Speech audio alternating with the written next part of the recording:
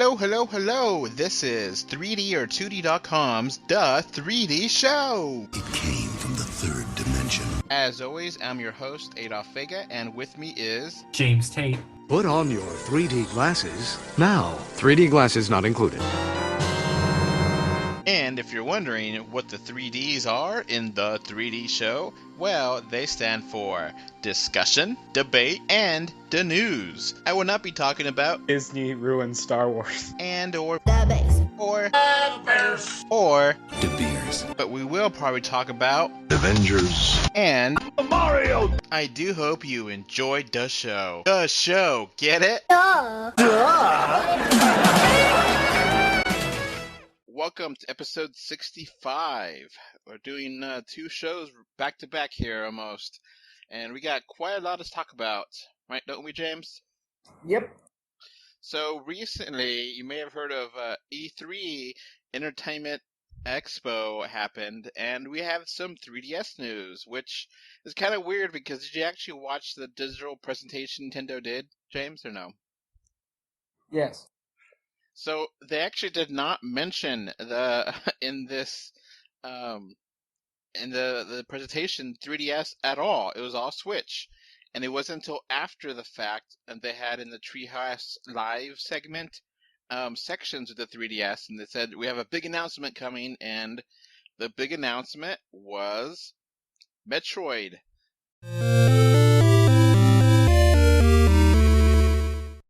Samus Returns, which is a remake of Metroid 2 from the Game Boy, with still a 2D Metroid adventure game with stereoscopic 3D, and it has 3D visuals for the character models. What do you think of that? It's very interesting. I kind of like how they're going back to like how it originally looked. It's like a throwback. Yeah, the Samus looks like the version of Samus from that game, and I was really scared that this would not be in stereoscopic 3D because not many games are made in stereoscopic 3D on the 3DS anymore, and this one is, and you can actually see the trailer on the eShop, and it's in 3D, and it looks pretty good. Obviously when you play the game itself, it's going to look a lot better, but this is a game we've been wanting. Exactly, and the thing is that the fans have asked for this game for a very long time. And obviously, there have been a lot of remakes that Nintendo have taken down, fan-made remakes of this game. So this is really exciting. It's coming out September 15th, I think it was. And it comes with a special edition. Mm-hmm. So the special edition comes with the soundtrack CD. Yeah, and it kind of, if you ask me though, I think what the fans would really want after this is a sequel to Fusion. Because, I mean, for the reason that really Fusion is if you didn't already know about the timeline, Fusion is the latest game in the timeline. So a sequel to Fusion where she still has the suit that she gets, the new one, would be very interesting, and I think a lot of people would like that. So it is interesting you mentioned Fusion, because Fusion, like you said, timeline-wise, it is the last game. Before this was, I guess Federation Force count? I don't know what that. I never played it. Yeah, so I don't know where that fits, but what I do know is that the timeline is something along the lines of,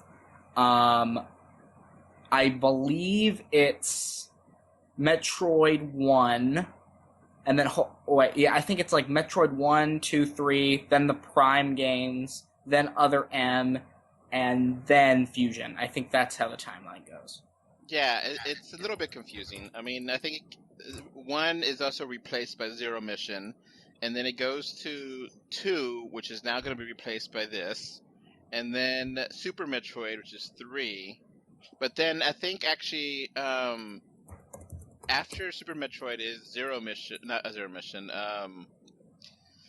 It gets Other M, and then it goes to Prime 1, 2, and 3, and then after all of that, is the Fusion, and then I think Federation Force is after 3, Metroid Oh, Prime okay. 3. Actually, it goes like this. I just went on the official site real quick. It goes Metroid/Zero Mission, Metroid Prime Hunters, Metroid Prime 2 and 3, Metroid Federation Force, Metroid 2, The Return of Samus, Super Metroid, Metroid Other M, and then Metroid Fusion. Okay. Metroid 2 is sort of near the end of the timeline, actually kind of close to Metroid Fusion. I would think it would be really interesting to see a sequel to Fusion. And I think that's what a lot of fans want. Yeah, and I definitely want this game because it also has a lot of things from Other M, where Yeah. Samus has the agility of Other M and all these different kinds of wrestling kind of moves, and it looks like a different game. You know, if Yeah, honestly, it looks a lot like, to me personally, it's a lot like the Zero Mission for the second game. yeah, and It's then like a remake that's better. and remake. Metroid 2 is a rough game to go back to. It really Yes. is. I've actually beaten that game. Like I played that, and it's sort of weird. The green, the The green yeah, the Game Boy yeah, colors. green and black. If you want to, it is on the Nintendo eShop for the 3DS, so you can Yes. play it right now if you wanted to. Now, the game doesn't have a map, so you're just kind of lost in there. Yeah, really the only way to beat the game, honestly, is to use walkthroughs. Honestly. I mean, unless you're okay with getting lost and just like, I don't know where I'm going, I just have to figure it out, which, Yeah. I did that a good while ago. It was back 2002, I think, or one before, Fusion came out. I did go through that, and I was so lost, but I figured it out, and it's a good game for what it is, but it is definitely rough around the edges. It does have a save system for, thank God, but I mean, still, it Yeah. is hard to know what you're going because everything looks the same, and that's not going to be the case now. And they're gonna it looks like a true rebirth of that game. So that's really exciting. And Yeah. there's Amiibo too, the dual pack of Amiibo, which has Samus kneeling down, and there's another actual Metroid Amiibo with there, and apparently the Metroid is squishy. Did you Yeah. hear about that? Where it's like you squish it and it's not like a hard plastic, it's like semi soft. And I got both of the game and the Amiibo pre-ordered, ready to go. So I'm definitely on board for this one. Yeah. So we also got another announcement here. Now this one kind of got leaked beforehand. We heard about it, but we didn't know that many details. And it's a remake to Mario and Luigi Superstar Saga. Now, James, have you played the original? No. Okay, I've played most of the games. I just kind of gotten tired of it recently because they kind of drag out. Now, the ones I have played, I played this one. I played Partners in Time. I played Bowser's Inside Story, and Bowser's Inside Story has a really good story element to it, but it just kind of drags. And Partners in Time is a fascinating game, how it plays with time Yes. travel. Now, Superstar Saga is one of the games that has consistently been funny, and you read it, and it's fantastic how they wrote it, and the gameplay is not, it was new then, and they copied it for other games in the series, but you play as Mario and Luigi at the same time, and you jump independently from one another, and you explore a brand new world of Beantown, and it feels very different but very familiar, like the Mario RPG game, and it feels also different from the Paper Mario games. So I think this is the best one of the ones I've played. I think there's a Dream Team one on the 3DS, and there's a bunch of them really. And this is a remake, and it has plus minions. And this is the weird part. not minions like the minions from, DreamWorks, and Despicable Me. It's minions like a Goomba side quest where a Goomba and other Koopa Troopas are trying to Yeah. find Bowser here, and it seems like a really weird tacked on thing added to this game, which I don't really see the point of it, but I guess it's something to make it new. The graphics do look better than the Game Boy, but it's not like, oh my god, different, better, It just looks Yeah, I cleaner. agree. And the sad thing is, here's the really sad thing, we got confirmation for the box art that this game is on 2D only, which is really disappointing. Uh-huh. The game graphics are not that amazing. They're not, to begin with, and it's not like pushing the 3DS hardware. So I wouldn't see why it would be, in 2D only. So that's just kind of disappointing to have that, and it kind of hampered a lot of my hype for it because Yeah. I do love the original game. It's a fantastic game and it's really funny and it works really well. So I mean, it kind of seems like it's kind of a cash in, you know. So Hmm. we get this other game, James. This is so weird, so strange, totally random. One of those games that you know, I don't know what Nintendo was thinking, and very Japanese game at that. Can't imagine, they said, okay, we're gonna make this game, and we're gonna make it sell other parts of the world. I don't care if they don't like it. So this is a game called Sushi Striker: The Way of the Sushido. Yeah. Did you see the trailer for this thing? No. Okay, so this is actually in the trailer. It says throw the plates at your opponent. A plate smacking action puzzle game. And you play as Mushidi, and he is a sushi striker, and he's doing sushi wars on other clans, and like this blonde-haired kid with a little, I guess, cat on his head, and the graphics on here are really, really anime, like heavy Dragon Ball Z looking. There's this one Yeah. Asian guy with very scantily clad women next to him. I put this on Instagram, and it's actually kind of funny because it's so ridiculously crazy. So anime, Yeah. so Japanese. It's just like, why are they making this? And it cannot come out to next year. So it's like, come on, really? This like puzzle game is not coming out to next year? Okay. Now I'll do a call out here to Instagram. Anime Oshi said cool to my post on Instagram.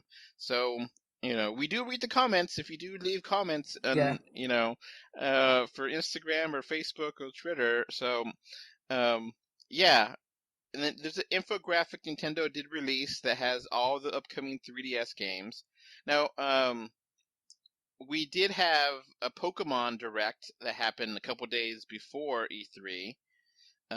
Did you see that? What was it? A Pokemon Direct. Oh, yeah. Kind of So, weird. yeah, they announced their Pokemon Sun and Moon Ultra Editions, which is just basically the same game, but like a different story and different missions. Yeah, kind of. It's kind of lame. Yeah. I mean, I'm sorry, it is what it is. It's just, Two Electric Boogaloo. yeah, it is a copy and paste of last year's game, now with slightly different story. It's like, come on, couldn't you do that as a... It's Sun and Moon 2 Electric Boogaloo. So, in this infographic from Nintendo, we have our 3DS lineup, which now is still kind of weak. The 3DS is really having a weak year when it comes to games. We have Metroid, obviously, which is part of the big game, and then Pokemon Sun and Moon, Fire Emblem Warriors, Bowser's Inside, Super Mario and Luigi, Bowser Minions, Monster Hunter Stories, which we already knew about Monster Hunter, we already knew about Fire Emblem, Miitopia, Hey Pikmin, which we already knew about those games, Everosis. and Metroid. So it really, you know, technically speaking, Pokemon Sun and Moon are remakes, and the Mario and Luigi is a remake, and Metroid is kind of a remake. So a lot of these games are not original, and a lot of them are not going to have 3D because Mario and Luigi won't have 3D. Pokemon Sun didn't have 3D. Hey, Pikmin doesn't have 3D. So there's only a handful of games coming out. Yeah. Just disappointing. So, and then kind of minor news: the Badge arcade game. Did you ever play this with the Bunny Rabbit, James, or no? No. So it's like a claw game that you reach in and try to grab, stuff, pins for your 3DS home menu. So they're actually going to have their final update pretty soon, and no more new pins and no more new things to put in your menu. So that's going to be ending soon. Hmm. Now, Nintendo said something strange where they said that they're going to continue to support the 3DS onto 2019, which is, not next year, but the year after. Huh. Now, how do you support a 3DS when this year, is going to have only a handful of games? What does that mean? Is it, Yeah. That raises a lot of questions. So does it mean that the 3DS eShop is going to stick around and whatever games are put on there from third parties and independent people are going to stay on there, and, the Nintendo themselves are going to release maybe one or two games, that's it? But it does Yeah, seem I don't kind of know. strange to have that. Now, let's keep going here. Nintendo released two demos, Miitopia and the demo for Ever Oasis, both of which games come out relatively soon. Ever Oasis comes out in about a week or two from record date. We're recording this on June 19th, 2017, and then Miitopia comes out in July. Did you get a chance to play these games? I did not. I did. Ah. I How played would both of them. So, how would which one do you want first? Miitopia? All right, so Miitopia. Did you play through Find Me on the Street Pass games? Yeah, something like that. Yeah. It's basically a souped up extra version of that. Oh. All right. So, okay, you start off as your me, and then the story is very strange. You get to pick a villain, and then you get to pick the me's face on that villain, and that villain steals the faces from different villages and different village Huh. folk. So you know how like your me character has a face that you generate for it. Well, Yeah. the evil character, which you will name and you will give a face to, will have do that, and you're going through, the different levels, and you're doing traditional RPG, turn-based, trying to fight monsters and then save the faces off the different townsfolk, and you will gain members to your party, and you'll try to work together to gain more faces and to restore different towns you visit. And this game demo is actually pretty meaty. Like I got maybe 2 or 3 hours through, before the game said, "All right, go buy the real game." So I really got a good dense taste of what this game is, and I put this on Instagram as well, and Facebook and Twitter, some of the pictures, and I really had a lot of fun with it because I have a lot of celebrity me's, and I'm just being ridiculous in this game. So for the Dark Lord bad guy, you're not gonna like this, James, but I put the president on there. And then I put as one of the good guy characters, um, the former president and Mr. Bean. Mr. Bean. And I also put V from V for Vendetta on there. Huh. And as like a magical great sage, I put Spock. Oh, that's fun. So I had fun with this, having those silly characters. The game Yeah. itself is very, very basic turn-based RPG. You don't really have that. You have some different areas to go to, but it all looks the same. And they have mini games in there where you can upgrade your character and get items, and um, it's all very basic. Like you even can turn on auto play, where it automatically plays the battles, so you don't have to worry about it. So it's a really basic kind of silly game. It's a fun game for what it is. The thing is, though, the price for this game is really steep. Do you want to guess what it is? How much? $40. Wow. So, look, this is basically a souped up version of Find Me and Find Me 2, which is a Street Pass game that you got for free, with better graphics and, more to it. But $40 is asking way too much for this.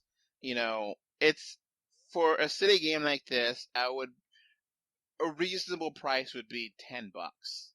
You know, there's not that much to it. It's very simple. Um, 20 would be pushing it, but 40 is just excessive.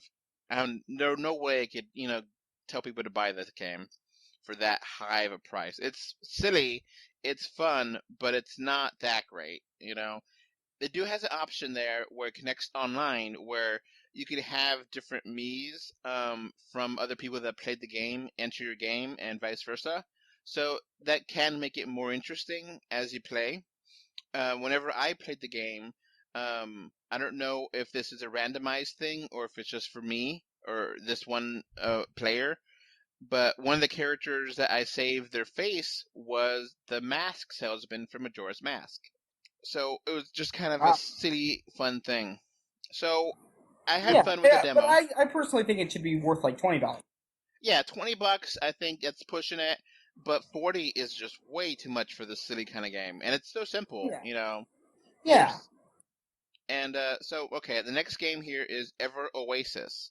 And this is a new franchise, a brand new game, and it's very different from anything I've already played before. So you play as a character. I can't pronounce their names. They're really strange names here. But it's like in an oasis, in a desert. And it's kind of like you're basically in a hotel, and you have people come as guests to the hotel, and they come in and then they ask you for favors for being the hotel, and the favors are side quests that you have to do by leaving the hotel. So the Oasis is basically a giant desert hotel, and you have a party that you could go out and have your quests with. Now, this quests are just dependent on the character. So you have this demo has two quests, and the first one is a quest where you just go out into the field and collect cactuses. And it's, really easy. There's enemies out in the field, and it's all real-time battle system. And it works really well on the new 3DS. I'm actually surprised because you have full camera control with the C-Stick and different LZ and R buttons on the new 3DS, which I have. And it's a very simple game. Okay, you do that, and then you go back and someone else wants something else.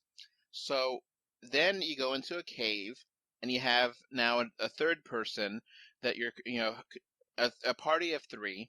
And in this cave, you're exploring, and your different characters have different attributes that help you explore the cave and help you fight the enemies in there to get the object that one of the characters visiting your oasis wants. So there's three characters here, or at least in the demo, you can play as, and they have different weapons and different attributes, and it's a fun little game. I actually like it. It looks really good on the 3DS, and it has feels like a fresh idea, So I'm kind of interested in maybe getting this. I'm not like in a rush to get it, but it definitely impressed me and it felt like a new game, like something I haven't really played before.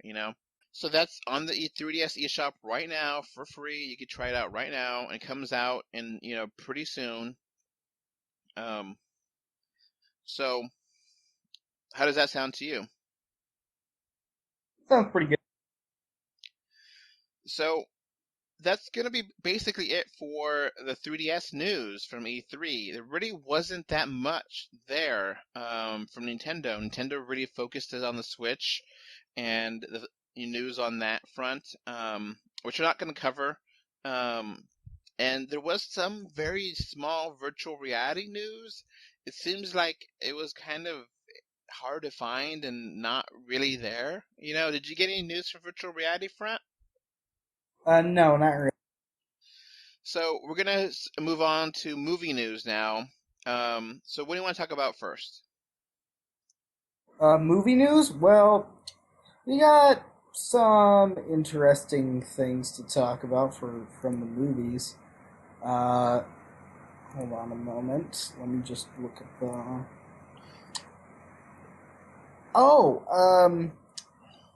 There was the Black Panther trailer. So this is the next MCU movie, Black Panther, Thor. which After Thor, of course. after Thor, and Black Panther was introduced in Civil War, and this is his own movie. And I actually really like this trailer. It's very interesting because it really shows Africa and Yeah. how a culture in Africa, you know, the different kinds. It really feels authentic to Africa, but it also feels different because the city of Wakanda is very different. Very advanced and very futuristic. Yeah. And there's very traditional African themes here. With there's a African guy with a big lip. What is it called? Lip bowl or lip? Yeah, something like that.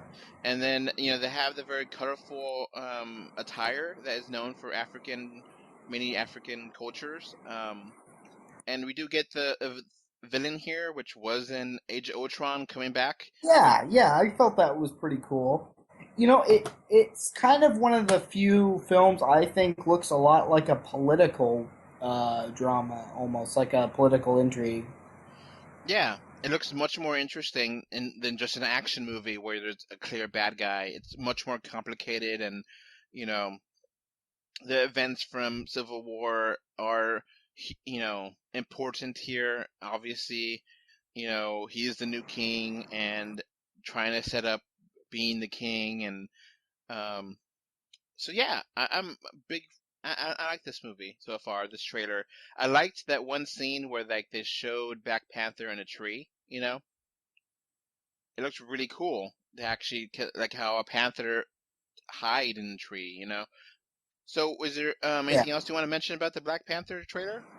There's been I don't know, and I don't know who this was started by, but they're basically saying that Black Panther is only, or at least some people on Twitter were like making a big fuss over this and saying that Black Panther is only for black people, so no one else can watch it or critique it or something like that. And yeah, I was just a huge like, ugh.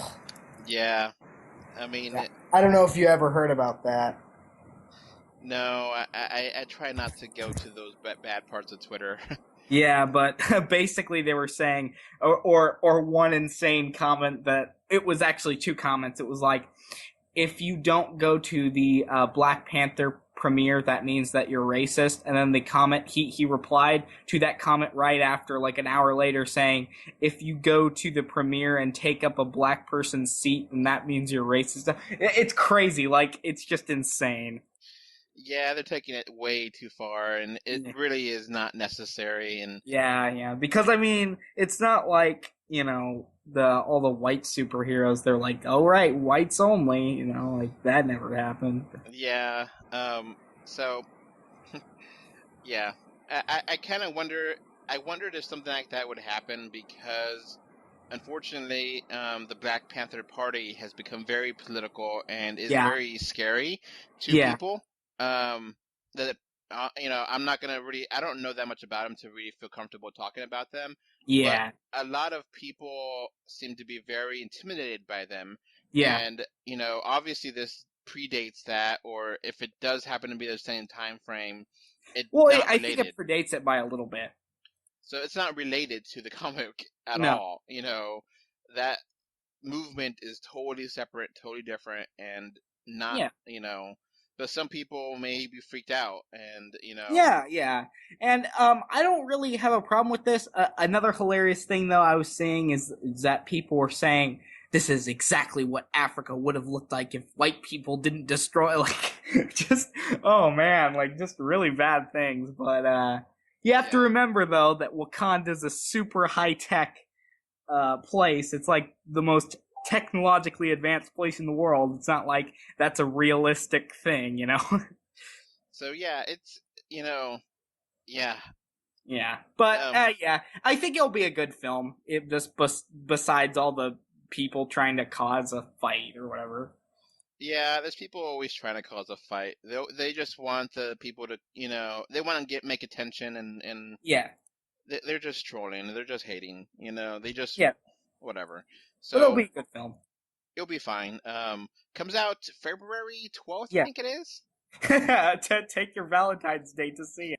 Yeah, so that's a little strange, but okay, sure. um, Wait, is February Black History Month? uh, Okay, yeah. yeah, that makes sense then. But I mean, I think they're just trying to do spring and spread it out. It's Black History Month, so Black Panther comes out.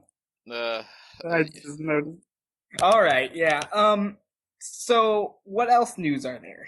okay, let's move on to something more light. Danny Elfman has been chosen to compose the music for the upcoming Justice League movie. Do you know who Danny Elfman is?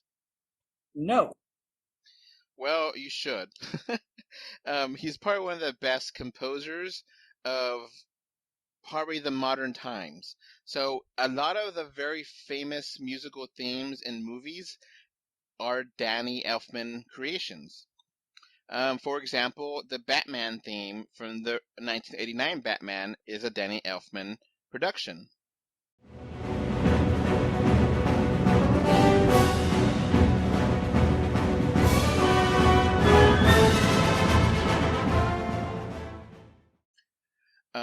The Nightmare Before Christmas music is Danny Elfman.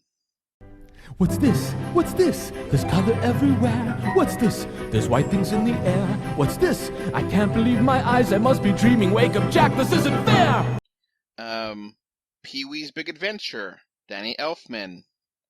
It really is a massive catalog of movies he's done. It just goes back and forth. Planet of the Apes, the original Spider-Man, Men in Black. So it really is a huge amount of movies that he has composed and been part of the music for a long time. And this is a great pick. I would want a Justice League to sound gorgeous. Justice League, the themes. That's one thing I kind of do give DC more than Marvel, is that there's memorable themes, to the Yeah. DC characters. The Superman theme being very famous, and the Batman theme being famous, and to a lesser extent, a Wonder Woman theme. It has like the violins in there, and they have a new Superman Man of Steel theme with drums, and obviously the Dark Knight had a theme with just the how it sounded with the bong, and so it does have a very distinct flavor. And like I can't remember if Ant-Man had a specific theme music that I could remember off the top of my head, a specific composition for that movie. Obviously in the music in Guardians and Guardians 2, but that's, just because it's from the 70s and 80s in pop culture. That's not like a theme made specifically for that movie franchise, There's nothing that you really hear in Guardians that you're like, oh, I know that's Guardians, like Superman, the dun dun dun dun, Yeah. dun, Or Batman. yeah. So I totally look forward to listening to that, and I hope he makes a brand new composition that really works with it, and that's great news for fans of music. He's probably one of the best composers of our time. So very memorable, and he's been making music for movies for decades. So now, we kind of mentioned Batman, and it's kind of sad. We have to mention the death of Batman with Adam West. Adam West was the 1960s Batman and a voice actor for Family Guy and for a long time. And, he was a very likable actor and very funny and silly. And it's quite sad to see him go. Do you have anything to say about Adam Yeah, West passing? it's really unfortunate because if you didn't already know, he was going to appear at Comic-Con with Burt Ward.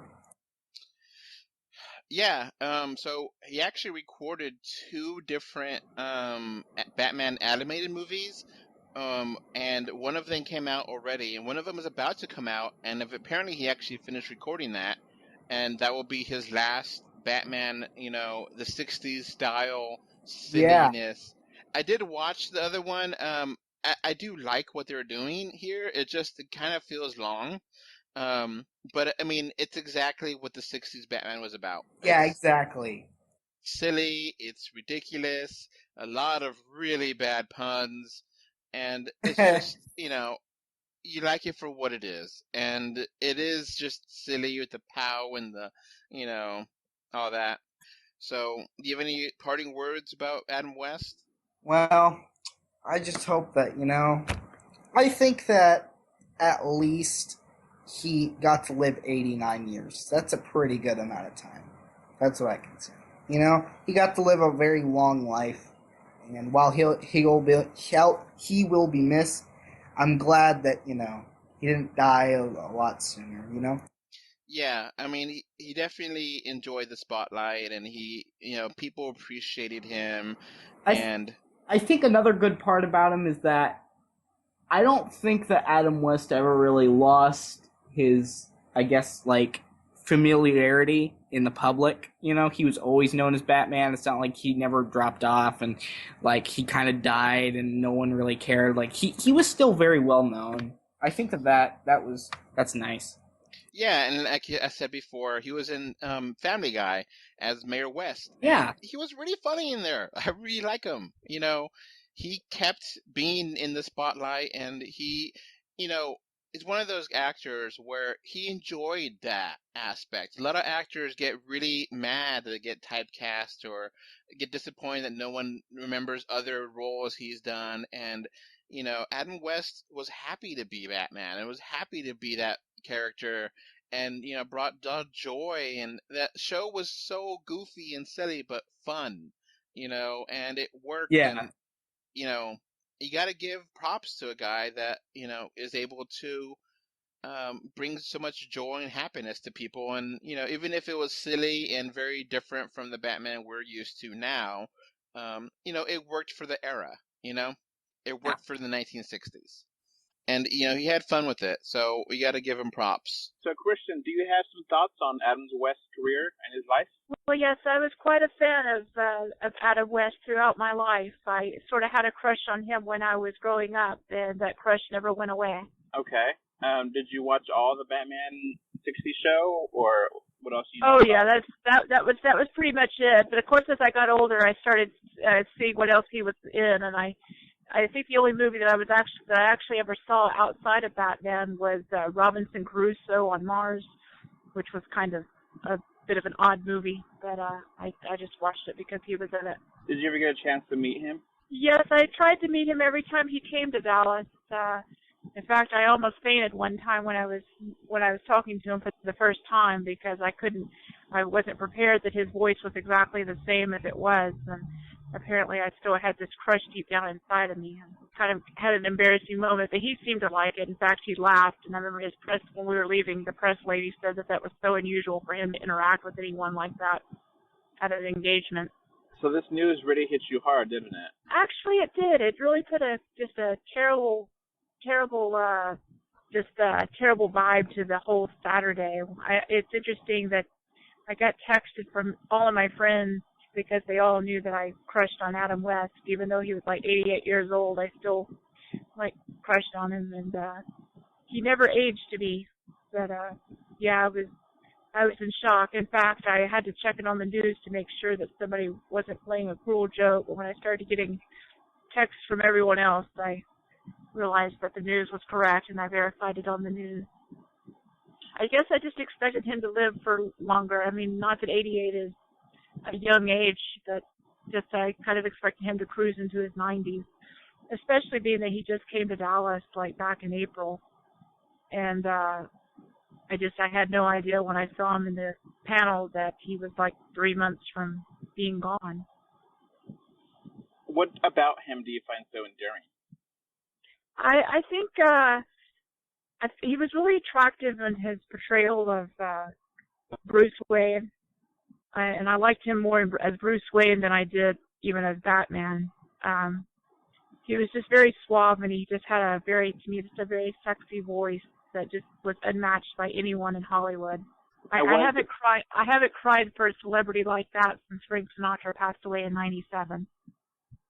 Oh wow. Was his TV show your introduction to the Batman character? No, I read comic books before that, and I guess I had seen the show in passing, but they put it in this time slot right when I got out of school. It was like perfectly timed with me getting home, and so I watched that right before I started my homework, and so that fourth grade year was when I just started watching it really regularly, and I didn't know who he was. I just remember watching him as Bruce Wayne inside the Wayne Manor in one of the scenes where he was on the phone, and I just realized, I thought, oh my God, he is so attractive. And I was like 8 or 9 years old, and it just never, that little puppy love just never went away. Oh, so he was one of your first crushes then? Yeah, definitely, because it was the first time I'd ever seen a guy and had that reaction. Do you have anything autographed from him, or? Oh yeah, I have an autograph of him, and I had a picture made with him as well from one of the cons from years ago. Okay. But after I got the autograph once, and then after that I was just interested in going to the panels just to watch him and see him. Okay. Do you have any other stories you want to mention?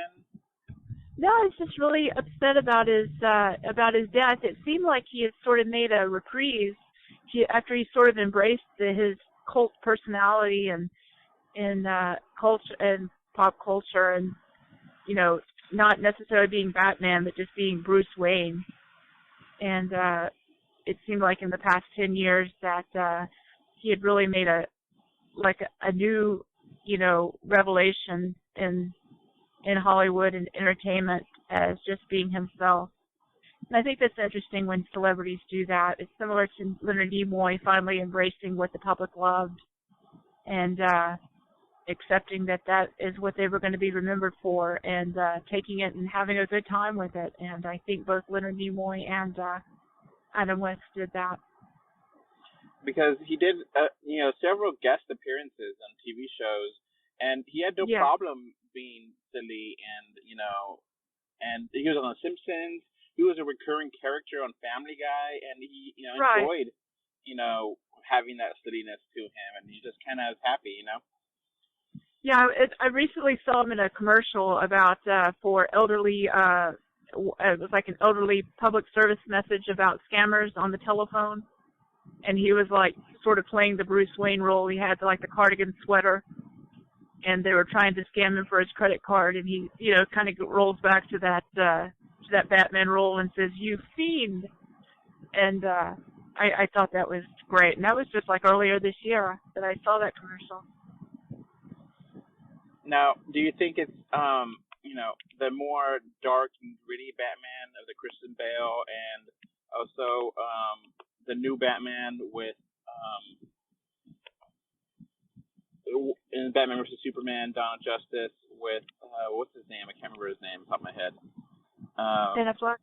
Ben Affleck. Do you think that is more true to the Batman character, or will you how do you parse that Batman? I don't know if there is a true identity to Batman. They're all portrayed based upon the actors and for the times. It's important to remember that back in the 1960s, when Adam West and Burt Ward were in these comic book roles, we were going through the Vietnam War, and we had just lost Kennedy. We were about to lose Robert Kennedy, and Martin Luther King, and a slew of others. The Cuban Missile Crisis. People needed something that could be serious but fun, and that was the time back then. The color television had just come out. You have this colorful show, with Batman, and it's campy, and it allows people to kind of escape. In this day and age, there's darkness and things, but I think that America was still innocent back in the 50s and 60s, just coming off of, World War II, the Korean War, and then this Vietnam War blew up in everyone's face in a way that was profoundly unexpected, and people needed something that was a little different, that, to get away from. They, had the news, from the Vietnam War and, assassinations and everything. This day and age, we still have those things, but I think people deal with it on a more dark level, and I think audiences are a lot more mature, so it was able to let that dark Batman come through that was kind of portrayed in the comic books during the 70s. Yeah, now I'm kind of thinking about it. It's kind of fascinating because the 60s Batman was, a different interpretation of Batman. It was like a literal or figurative, and the actual newer Batman is what the intent was. So, Correct. Yeah. And I think they both have their place. I would dare say that Batman may not have hit the map on the level that it did if it hadn't have been for that early show. Okay. Do you have any parting words? I will miss Adam West at the convention. Okay. Well, thank you, Christian, for being part of this podcast. I know how much it meant to you, and I knew this podcast would be needing of your input because you are vastly more knowledgeable about Adam West than either James or I. So thank you. Well, I appreciate you having me on. All right. Bye. Bye-bye. Now, is there anything else you want to talk about, James? No, not really. So, we only have a very limited time until you ship off, so we're going to try to record as many times as we can, Yeah. Make it last. Make it last. So, yeah, we're going to try to do... You said you wanted to do a recording about MCU. Yes. And we're going to try to figure out time to do that. I'm just about to finish Iron Fist, so I'm going to watch that. And did you get a chance to catch up with other shows too, or no? Yeah, I have. I've been watching them. So we're going to try to have a little recording on that, and we're going to try to do what we can to have as much recordings with James before you go. So, all right. I'll see you guys later. See you later. Bye.